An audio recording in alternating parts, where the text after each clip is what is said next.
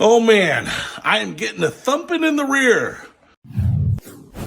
What's happening, Panda Nation? Peter Von Panda out here with Project Overlander, my '06 Jeep Commander, and I'm getting some thumping, clunking, banging in the rear here, right back there. And there are a number of things that could cause that, probably everything related to the suspension. And just as a spoiler alert, I will be replacing pretty much everything in this rear suspension because it is very old. 217,000 miles on this bad boy. But we are going to start with the simplest, easiest, cheapest stuff first, and that is this. Moog!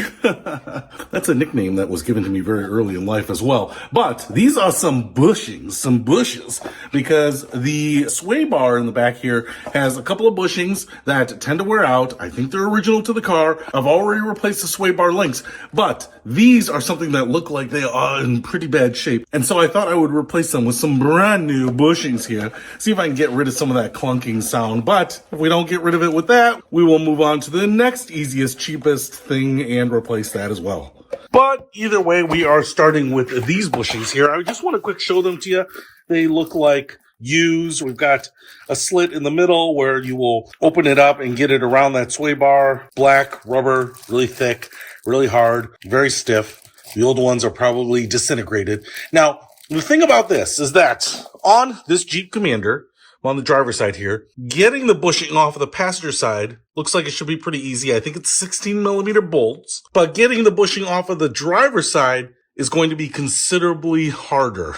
So let's go ahead and get it off the passenger side first, do the easy stuff first, and then I will show you why the driver's side is darn near impossible. All right, so under the car here, and got the lights set up there. You can see the sway bar, this big curving bar here. And right here on the passenger side, we've got the little bracket that holds on that old bushing. Now, two 16 millimeter bolts hold it in. An impact wrench is going to make short work of that. However, the problem is on this side, you can see that lower bolt, but you can't see the upper bolt because it's behind the gas tank. Aha! I see what you did there. So to get that upper bolt off, you basically need to use a ratcheting wrench. So that's why that side is going to be a lot harder. But hard is my middle name. And it's also my code word when I go to the gentleman's clubs. Now, one of the things that I'm going to do here is I'm just going to take these off as quickly as possible, get the new bush in, and see if we still have some of that clunking.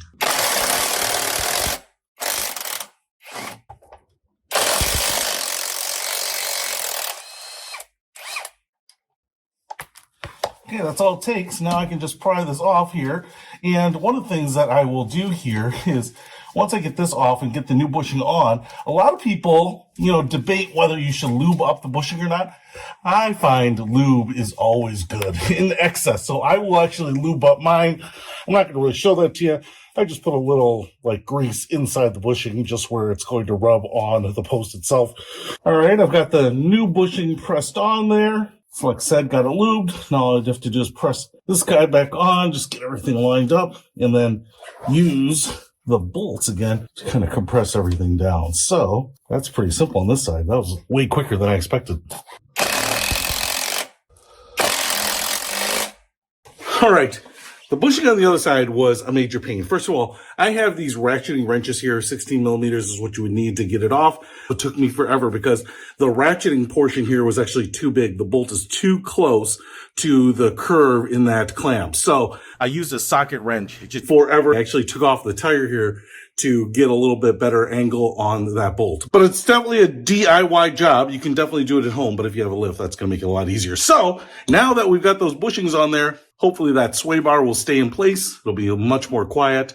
All right, I will tell you what, I've been driving around here and the back end is totally quiet. I'm actually kind of stunned because I thought I was going to have to replace the upper and lower control arms. The bushings are original there too. But dude, just replacing those sway bar bushings has quieted everything up. It is crazy.